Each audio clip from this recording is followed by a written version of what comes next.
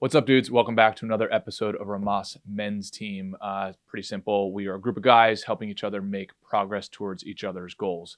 If you're new to the channel, awesome and welcome. If you want to help support the channel and join our pro team, head over to rhomasteam.com/pro, where you can contribute to us on a donation basis. We also give you access to exclusive content, mastermind groups, etc., etc. So anyway, hope you enjoy this episode, and we'll see you on the team.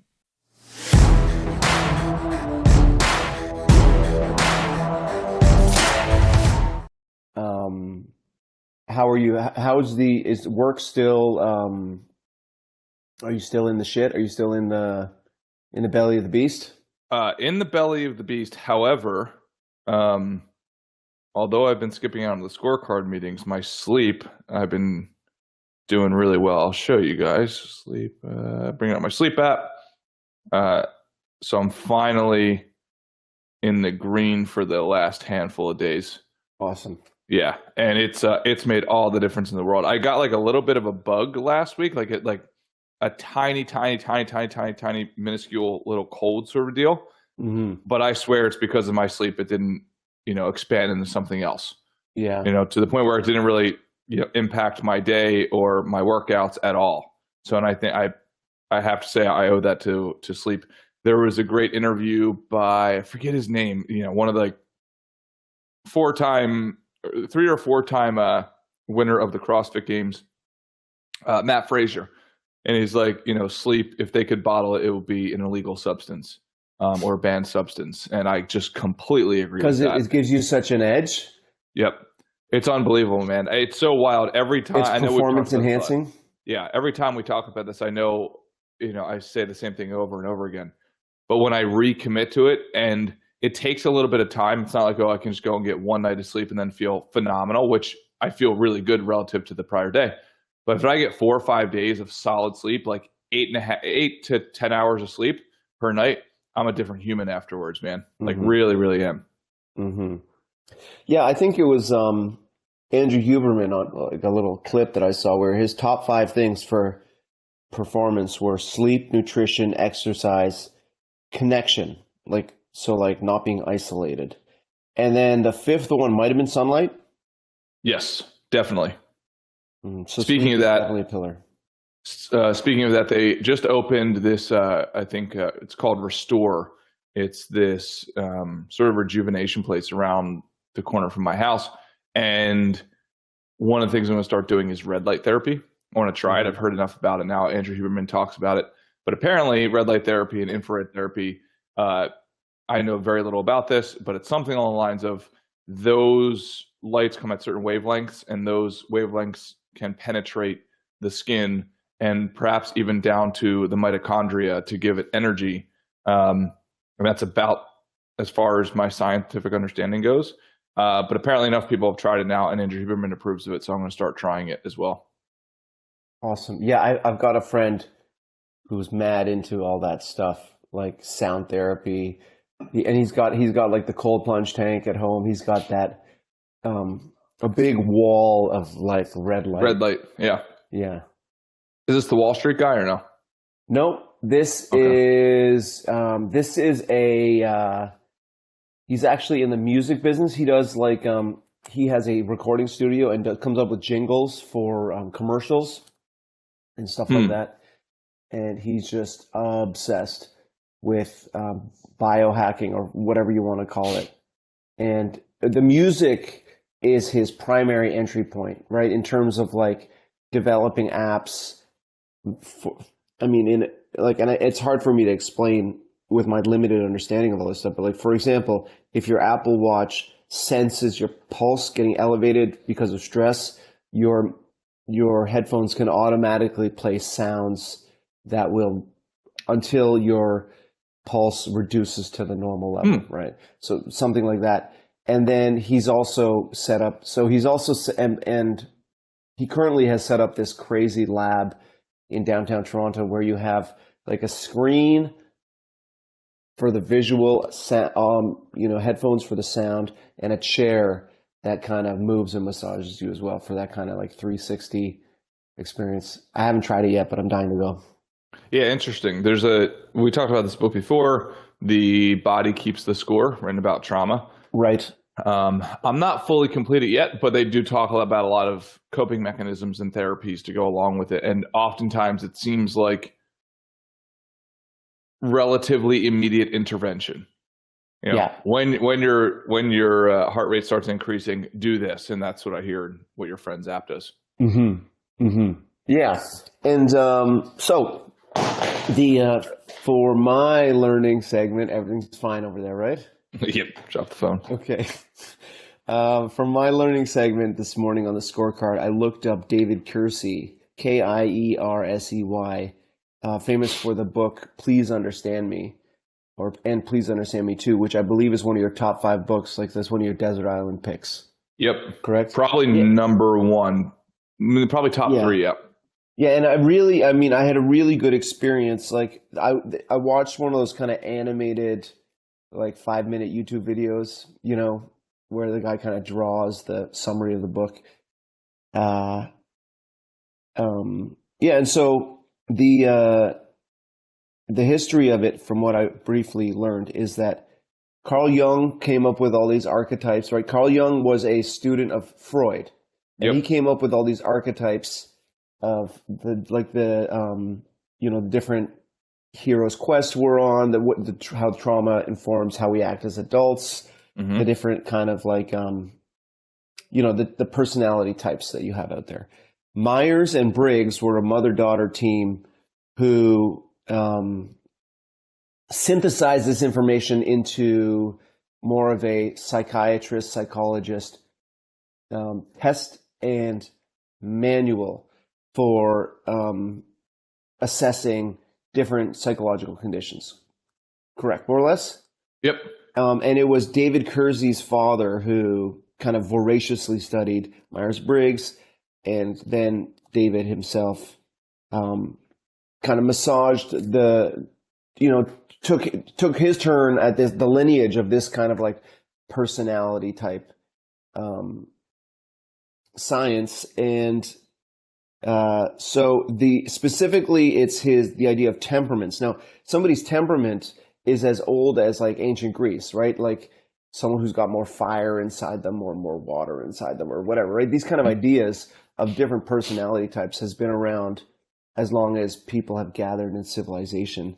And but to fast forward to the present day, so David Kiersey's temperaments are, as he understands them, are a combination of our personality traits, our personal needs, the kind of work we do, and the kind of role we perform in our society. Anything to add so far? Yeah, well, a whole bunch. It's my favorite book, one of my favorite books, and I have the textbook that goes along with it. Right. And this textbook, man, just summarizes everything beautifully. Like, I don't know if you can see it on screen here, but graphs it out and charts it out. The 4 basic categories. So yes, Ray, I agree with you. And this textbook outlines that as well, that it seems like throughout human documented history, we've been putting people in categories, and it seems like that it's been a pretty consistent 4 different categories, with oftentimes 4 subcategories under each of those 4 pillars, if that makes sense. Yep. Are those 4 categories the artisan, the guardian, the idealist, and the rational? Correct. So the artisan, some of the traits of the artisan are bold, daring, optimistic, and persuasive. Anything else to add? Yeah, so just a quick disclaimer on this in a positive way. When I didn't fully understand myself until I was probably like 28. And like I'm still on that journey. Man, I had people tell me, because I was pretty much introverted except for in different categories, and I stayed in those categories. So that introverted part never really obvious to me. And I was always highly rational and analytical, but I never knew it because my friend groups weren't. So that skill set was kind of suppressed, if that makes sense. And I would just get glimpses every now and again where a friend would be like, "Oh yeah, Wes is different, right? Or he's weird, or whatever," in a joking way. Or I finally had somebody say to me in college, it was my girlfriend at the time, her friend. She's like, "Oh, I would never want to argue with you, Wes, because you're ridiculously analytical and rational." And I literally was like, "I don't even know what you're talking about. I don't even really know what that means." And then finally, years later, I read this book, and this was after going through Wall Street and doing all the spreadsheet work, where I started to understand that I liked doing that stuff and my peers necessarily didn't. And so anyway, these 4 categories are so helpful. I would highly recommend everybody read the book. But if you don't have a chance to, so the 4 categories are artisan, guardian. Wes, for those who, before anybody reads the book, if they want, go to our Discord, and I put a link to the little animated YouTube video that I watched, plus a temperament test, plus which kind of like, so it's like a 70 question, 70 item questionnaire, and then it'll spit out your personality type, and then there's another link to what your 4-letter personality type, the typical traits are. So I just did the journey this morning that you're talking about, where it brought me right back to why my learning style wasn't really compatible with the school system, why I struggled at school, and why my wife's desire for me to work at a bank or my desire to work at a law firm was just fighting the universe. Like when I look at, the way God made me, So go ahead into the 4 types of temperaments. So, okay, so this is kind of like a quick cheat code. I wonder, I might be able to redo this page and send it out to the group or put it on our Discord. But real quick, for an artisan, what you generally value is generosity, creativity, and adaptability. So for a guardian, what you value is security, authority, and respectability. Idealists value integrity and human development. Oftentimes they value deep relationships. And then for rationals, they value knowledge, competence, reason, and achievement. So real quick again, artisans value potency, generosity, creativity, and adaptability. Guardians value experience, security, authority, and respectability. Idealists value meaning, integrity, and human development. Rationals value knowledge, competence, reason, and achievement. I also think it's very important to go through, all of these categories are great, but what they need. And this is really important. So for instance, if you have a partner or a spouse or, a coworker, it's really important, in my opinion, to know what they are and to know what they need and how they get things done. With my assistant, all the time, I'm intersecting with her. She's an idealist. So she communicates things in a way that can sometimes be frustrating to me because she indexes way more towards the side of feelings and relationships with people. Whereas I am more about that's okay, but we need to solve this problem right now. And stop right there, Wes. The way that we solve it. Yep.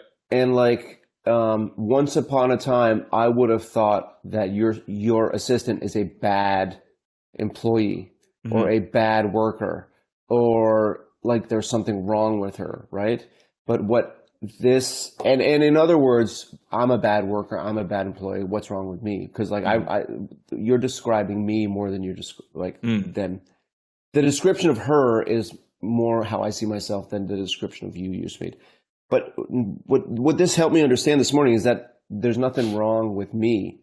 It's just this is my lane. And so I've got to find work or create a life that's in that lane if I want. This lane might have the least friction for me. Exactly. And it's important to know, at least the theory is, that these temperaments were derived from evolution, from us evolving as humans and groups together. So we had a reason for each one of these individuals. And I would argue that that's now extended into the workplace, the family place. You need each type. Each village requires an artisan, guardian, idealist, and a rational. Right, exactly. So in terms of their needs, the artisan needs freedom to act on impulse and flexibility in their work to make spontaneous decisions. This drives me fucking crazy. Absolutely crazy. So my girlfriend, for instance, lands in this category. And And it's really hard for me. But I can tell you, like yesterday, we spontaneously went to the beach. And while like my rational brain is like, well, we didn't plan for this. Thank God I already built a beach backpack for this spontaneity, because we would not have been ready for anything. I still don't really want to go. But then anyway, we go and it's a great time, right? It's like a small microcosmic example of like, that's something I would not have done because I would have tried to plan for 3 weeks for it. So the next is Guardian. They need routines, stability, structures, family processes, and clearly defined rules to do their best work. One of my best friends is a Guardian to the T. And some of you guys may have met him. His name's Kevin. He lost 100 pounds in a weight loss journey. And I was training him. And one time,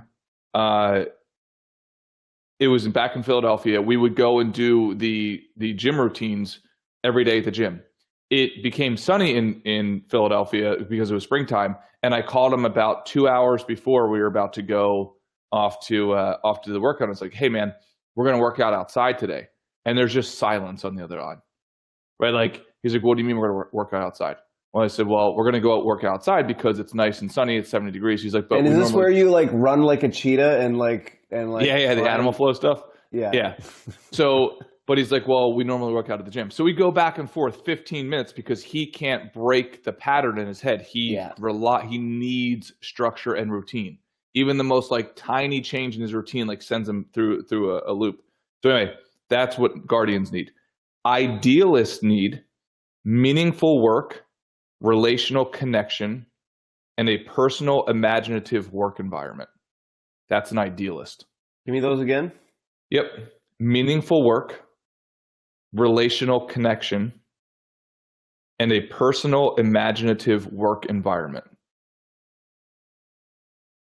Hey dudes, sorry for the interruption here. Just wanted to let you know, if you want to join our pro team, go to romasteam.com/pro. You can help support the channel. You will also get access to exclusive content, masterminds, one-on-one sessions, etc. All right, back to the episode. And then for me, where I land is the rational. And I need worthwhile challenges and autonomy to be able to solve complex problems.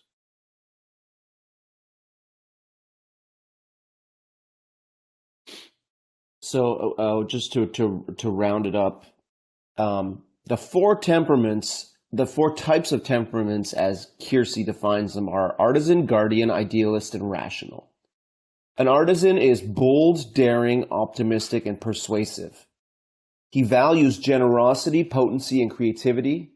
He needs freedom to be impulsive and spontaneous. The guardian is traditional, law-abiding, and cautious. He values security, authority, and respectability. He needs routine, structure, and clearly defined rules. An idealist is intuitive, compassionate, and empathetic. He values integrity and meaning. He needs meaningful work, personal connections, and an imaginative work environment. The rational is calm, logical, strategic, and pragmatic. He values knowledge and achievement. He needs worthwhile challenges and autonomy. Yep. So that's not all the words, but that is that's kind of like, so for the gentlemen watching and listening, they maybe they can start to think of which one of those roles or avatars kind of like resonates with them. Yep. Right. And then it's helpful, especially if you have a spouse or you have a significant other, where you can say, okay, well, just because they're not like me, what can I count on them, or what type of tasks can I count on them to do? So there's a section here for this. So for the artisan, they can be counted on just doing it. Right? The guardian can be counted on to what they say, mind the store. Right? Attending to the details of a project, diligently seeking it through to completion. That's my buddy to a T. Right? Idealists can be counted on to see the best in people, nurturing warm, loving relationships and finding new possibilities. And rationals, like myself, can be counted on to think outside the box, offering new ideas and strategies for accomplishing a well-defined long-term goal.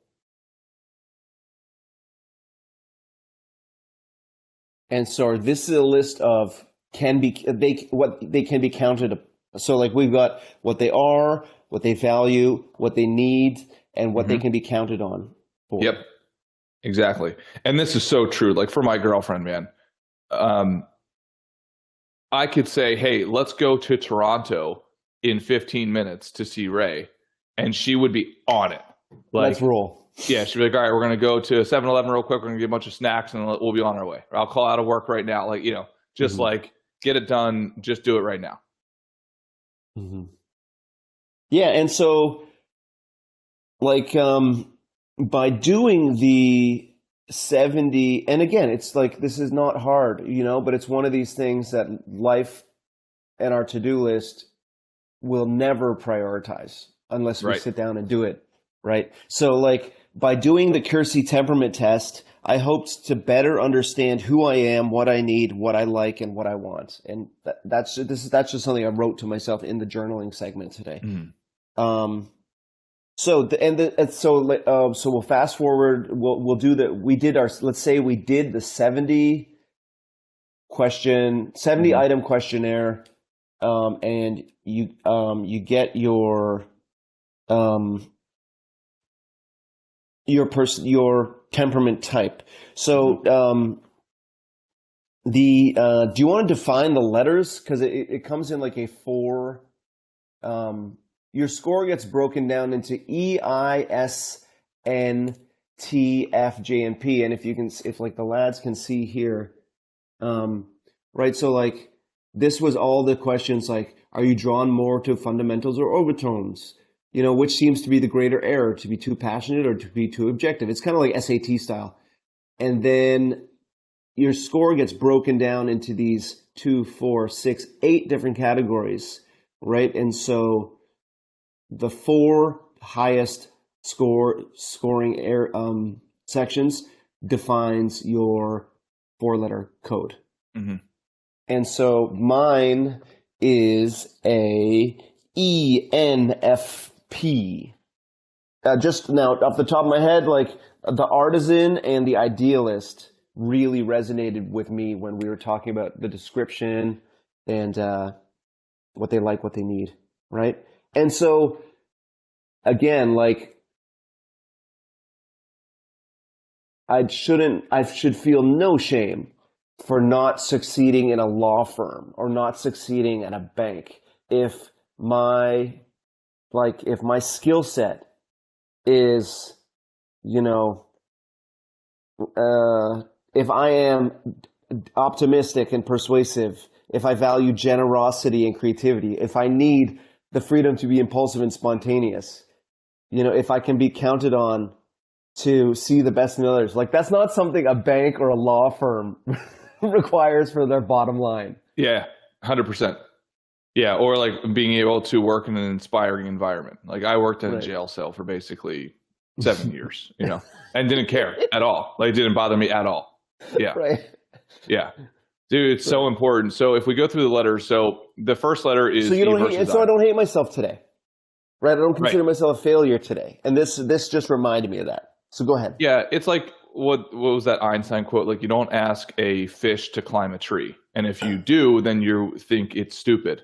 But really the reality is you're the stupid one for asking this being to do something that's not natural to its ability. Nature. Yeah. Yeah. So E versus I is extroverted versus introverted, right? So that is where this is oftentimes confused. It's not can you talk to people or can you communicate in large groups? It's where do you get your energy from? Yeah. So I get my energy from going into my cave and not talking to anybody for a while. Right. Right. Or just 1 or 2 people. That's it. Right. The next is N versus T, which is I got S versus N. Yeah, S versus N. So it's intuition versus sensing. So my brief understanding of this is like, do you like the painting or do you like the strokes of the painting? Right? Do you want to know what time it is, or would you rather know how the watch works, sort of a thing? So that's my limited understanding of S of I, because I always get confused by that S versus N. Ray, I don't know if you have any other clarification on those letters. I'm listening and learning.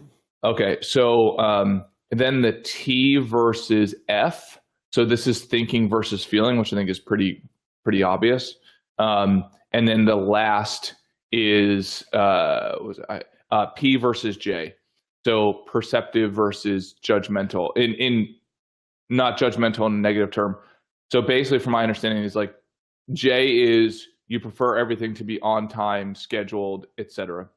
P is you see time in bubbles instead of linearly, like as a sequence. This is what I am. Like, I'm an INTP. I do not prefer to use schedules, even though it looks like that to the outside world, because to play the game, to be successful, the game I need to play for my business, I need to be on time and so on. So my competitive drive kind of overrides my natural desire. I cannot stand to be interrupted. I do not like schedules, because if I'm in a project, I want to be able to spend the next 15 hours in there if I want. I don't want some bell dinging and saying, well, now you have to stop just because you got a meeting. So those are the letters. Right. And like, that what comes to mind is if we raise a topic that you're passionate about, like the alternative minimum tax or something, you do not want breaks.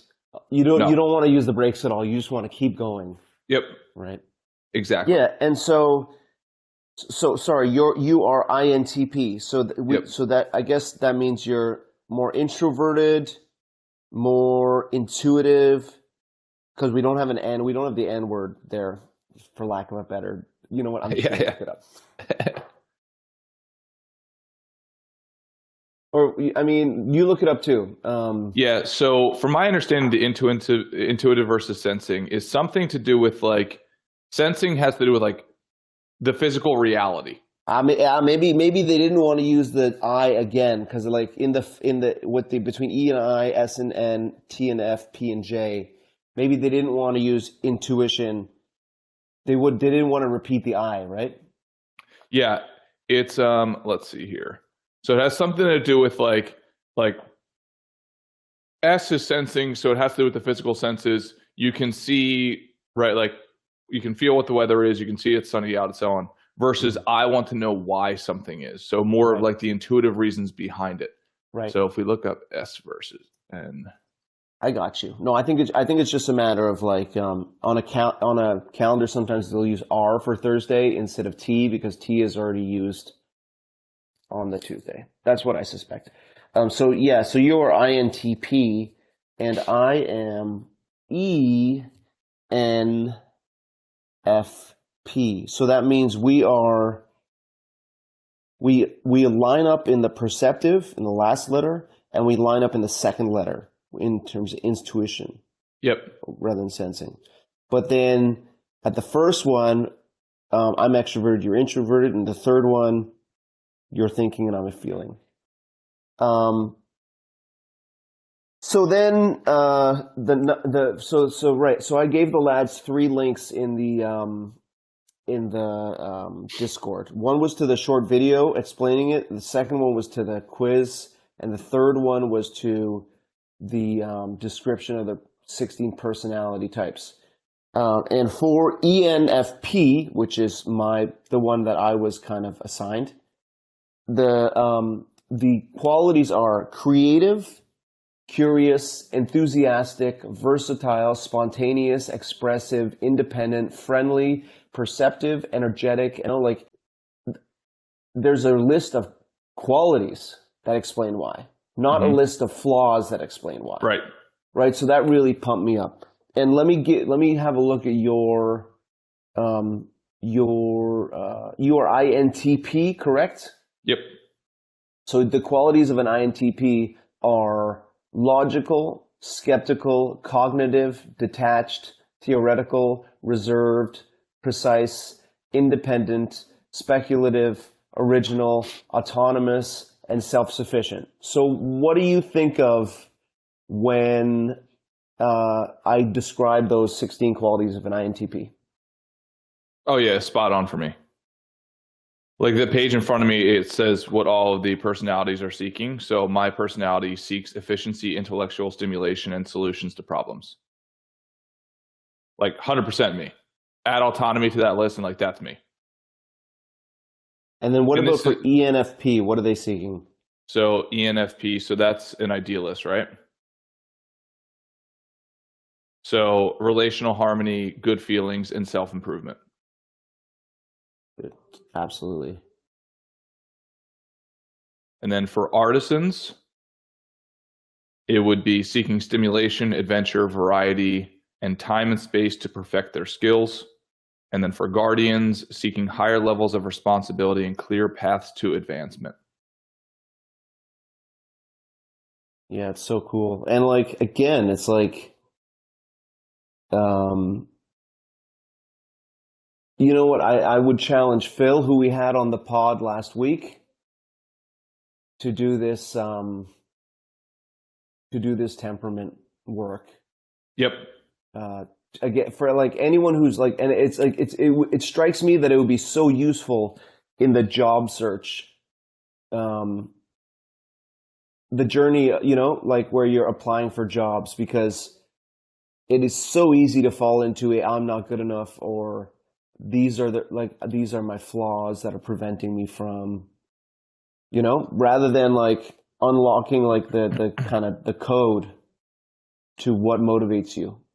And it's also possible to fall into the opposite, where actually Kaizen just posted that he's on his second job interview, getting another job interview. He said he's on or job offer. He's on a roll lately.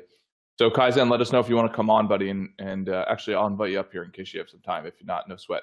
But unbelievably important knowing yourself, because not only, right, knowing that you're not flawed, but also not thinking that you have skills just because an employer is offering you a job. Like, oh, yeah. I see it happen all the time. Like, right. Yeah, I'll take that job. It's paying me $40,000 extra. It's like, you're going to be miserable in that job, dude.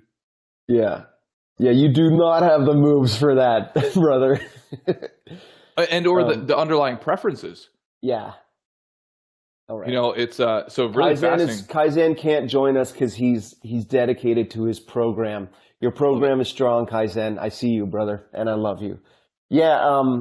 Again, right? Like this kind of like this kind of know thyself, as Ryan just put in the quotes. This kind of taking the time to do this self-examination protects you on both sides from feeling worthless, and also like stepping off the ledge into something that really isn't like suited to you. Now feel free to step off the ledge anytime, guys. I mean, as an artist and idealist, you know, I love the impulsivity and the spontaneity. I'm constantly stepping on landmines, but and like bear traps and stuff, you know, like cartoon bear traps. But yeah, this kind of like I'm really looking forward to digging into this. And you know, for some, like we've been doing this for 3 years, Wes, and like for some reason, when you throw out a book title, like the idea of a 500-page book kind of stops me in my tracks. But now that I've just gotten a nibble of this, like I think I'm ready to resume the Rhomas book club, where we do a couple of chapters a week or something. Yeah, I don't think you give yourself enough credit, man. You do a phenomenal job of getting through text. Like really, every time we've selected a book, you've gone through it. So yeah, I'm happy to go through it again and create some learning around this, because I would love to teach the guys this stuff. This has been such a game changer for me, and on a weekly basis. Yeah. Well, let me rephrase this. What Charlie Munger said is it's not good enough just to expose yourself to the material. You have to be so well versed in it where you put it into a mental lattice work in your head where you can access it in 20 seconds in your mind. So it's practicing with it. So this will help me practice with it, but it's on a weekly basis that I find this particular text unbelievably valuable. Yeah, and I love how we just kind of like, so like the short video, it was 5 minutes, right? So all it really gave me was a definition of the qualities of the artisan, guardian, idealist, and rational. But by taking the hour to go through it with an expert in the material such as yourself, like we can identify what, like this is the cheat sheet, boys. You know, like if you can sort out your likely temperament type, it'll tell you what you, who you are, what you value, what you need, what you seek, and what you can be counted on to do. Mm-hmm. Think about that when you're going into a job interview, right? What you can be counted on to do, right? Like, are they looking for someone who just does it, right? Which is very useful. Like in terms, I'm thinking of a waiter in a restaurant who's got to immediately action, or or sales, who's got immediately action. Worse compared to mind the store, right? Which is a very different skill, which is like showing up early, leaving late, and being steady, right? Steady vessel the whole time. And like logistics, you know that right. If you give this thing to, well, first of all, for my girlfriend, right? She will automatically, she loves when emails come in, right? Because she likes to like reply to them like right away. I despise when emails come in. I do, my assistant checks all of my emails, and I say only give me the really important ones. I hate it. Absolutely hate it. My girlfriend loves it. So my beef is with your assistant, not with you? Absolutely. 100%. Okay. Yeah. Okay.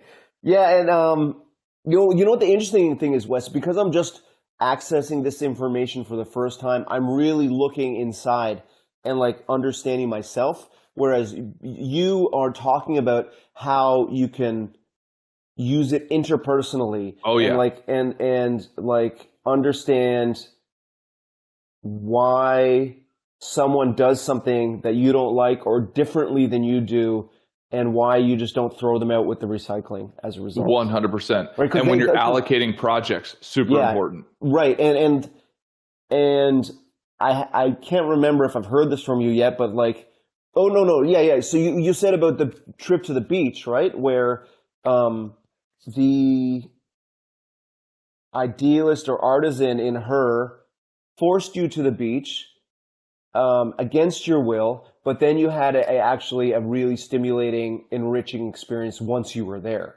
Mm-hmm. So you don't necessarily want to surround yourself with guardians and rationals. Right. Exactly. There's 100%. a reason that villages like there's a reason that like a successful village has each one of these. Yes. Right. Exactly. Yeah, and then same thing for the idealist.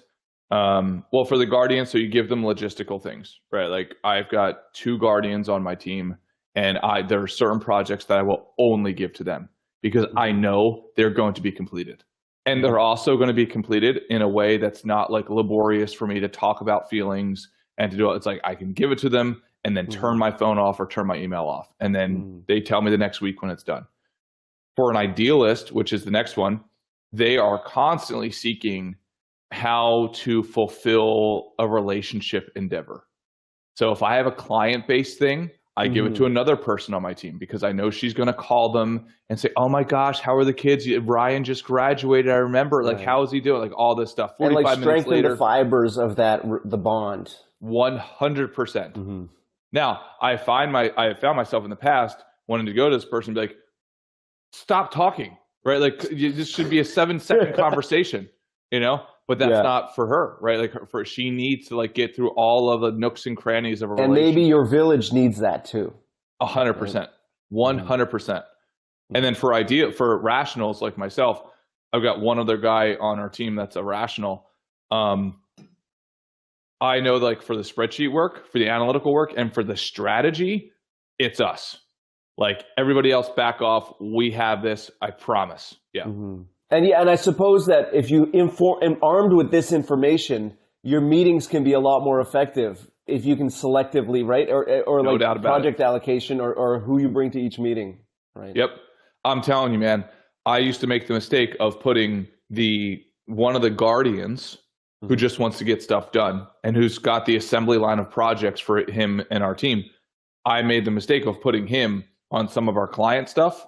Yeah. Horrible idea. All of a sudden you get 4 or 5 phone calls a couple weeks from there saying, "Hey, who's that guy? Like he didn't feel like he got great bedside manner, like all of a sudden felt rushed, etc." Yeah. All right. Really important, man. As we approach the top of the hour, Wes, I want to thank you for putting the little lice of information on my head of the David Kiersey book, and it kind of wandered around for 3 years, but I'm super pumped about this stuff. I'm going to send it to my assistant. And would you recommend I give it to my daughter who's 10? Everyone. Okay. Now, it depends on, like, it's a pretty dense book. So not only is it a lot of pages. Yeah, okay. I mean, what I'm saying is, like, can I start her on the journey of understanding her personality type and everything? Oh, man. This is like a superpower for everyone. You know, for little kids, it's like, you know, for not that your daughter's too little, but like, understand your superpower. Understand why you are the way you are and what value can contribute to the tribe. And also, don't be confused and letting people convince you should be another way. You should be an accountant. You should be a whatever, right? Yep, exactly. Yeah. Cool. All right, man. All right, brother. Well, great combo, man. I appreciate it. Hell yeah. Always. This was a good one. Thank you, Wes. Love you, brother. Love you all. Love my dogs. Later, dudes. Later. Bye for now.